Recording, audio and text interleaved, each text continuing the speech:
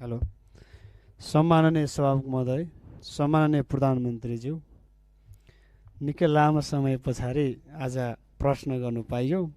तर कता कता हामीले नियमहरूले अलिकति ख्याल गर्नुपर्छ होला भन्ने लाग्छ।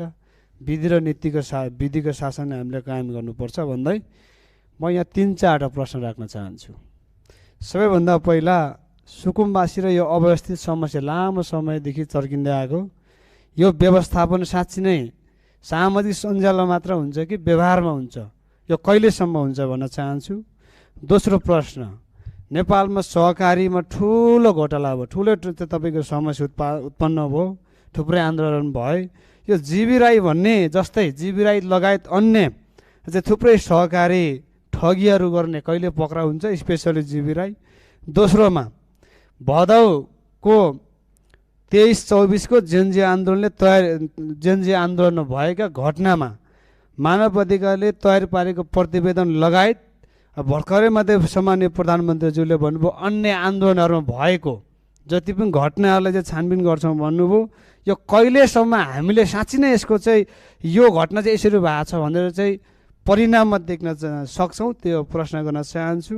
र अर्को, कालोपानी लिपुलेक लिपिया धुराको समस्या निकै लामो समयदेखि चल्दै आएको छ र अन्य सीमामा थुप्रै समस्याहरू छन्। त्यो सीमामा चाहिँ कहिले सरकार छ भने सीमाका चाहिँ आम नागरिकहरूले अनुभूति गर्न सक्छन्, त्यो प्रश्न गर्न चाहन्छु।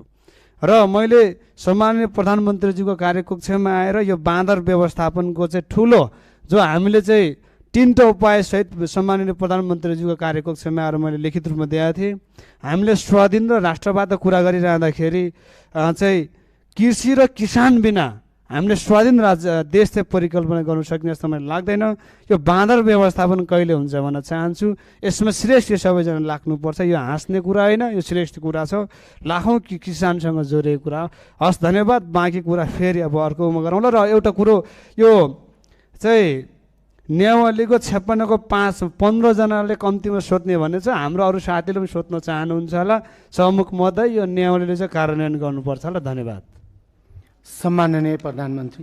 सम्माननीय सभामुख महोदय, यो सुकुम्बासीको विषयमा धेरै कुराहरू आएका छन्। हामीले काठमाडौँ उपत्यकामा रहेका खोला किनारमा जुन एकदमै जोखिमपूर्ण अवस्थामा बस्नु भएको थियो, उहाँहरूलाई चाहिँ अर्को ठाउँ सार्ने काम गरेको हो। हामीले उहाँहरूलाई त्यो हेर्दाखेरि, तपाईँहरूले हेर्दाखेरि त्यो खेदाको अवस्था देखे पनि यो 4 वर्ष अगाडिदेखि नै म स्थानीय सरकारमा हुँदा नै सङ्घ सरकारलाई भनेको कुरा चाहिँ के थियो भन्दाखेरि उहाँहरूलाई त्यहाँबाट स्थानान्तरण गरेर होल्डिङ सेन्टरमा राखेर जो सहीमा सुकुम्बासी हुनुहुन्छ, जसको चाहिँ देशभरि कतै पनि एक दूर जग्गा पनि छैन, एक आना जग्गा पनि छैन, उहाँहरूलाई चाहिँ त्यो जग्गाको व्यवस्थापन नेपाल सरकारले गर्नुपर्छ। त्यो हाम्रो सरकारको र हाम्रो पार्टीको मान्यता हो, त्यो उहाँहरूले पाउनै पर्छ।